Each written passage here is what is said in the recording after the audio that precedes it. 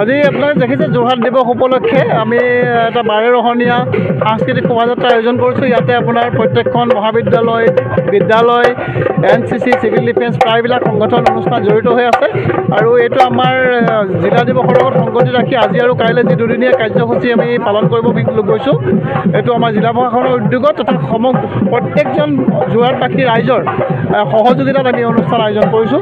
আৰু আমাৰ এই সাংস্কৃতিক অনুষ্ঠানেৰে আমাৰ এই সাংস্কৃতিক শোভাযাত্ৰাটোৱে আজি আমাৰ অনুষ্ঠান আৰম্ভ হৈছে। আৰু ইয়াৰ পিছত আমাৰ সাংস্কৃতিক অনুষ্ঠান আছে 2-4টামান ঘূৰি অহাৰ পিছত। তাৰপিছত পৰ্যায়ক্ৰমে অহা কালিলৈকে গধূলিলৈকে আমাৰ ভাওনা আছে। সেই ভাওনা হোৱাৰ পিছতে আমাৰ অনুষ্ঠান শেষ হ'ব। আমাৰ প্ৰায় ইয়াত আজি 600মান মানে পাৰ্টিচিপেট কৰিছে, 600মান।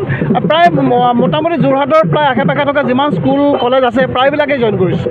প্ৰত্যেকৰ পৰা আহিছে। বেলেগ বেলেগ ধৰণৰ দেখিছে আপোনালোকে সংস্কৃতি বেলেগ বেলেগ ধৰণৰ সংস্কৃতি বহন কৰিছে বেলেগ বেলেগ স্কুলে, বেলেগ বেলেগ কলেজে। গতিকে প্ৰায় 600মান মানুহৰ এটা বৃহৎ শোভাযাত্ৰা।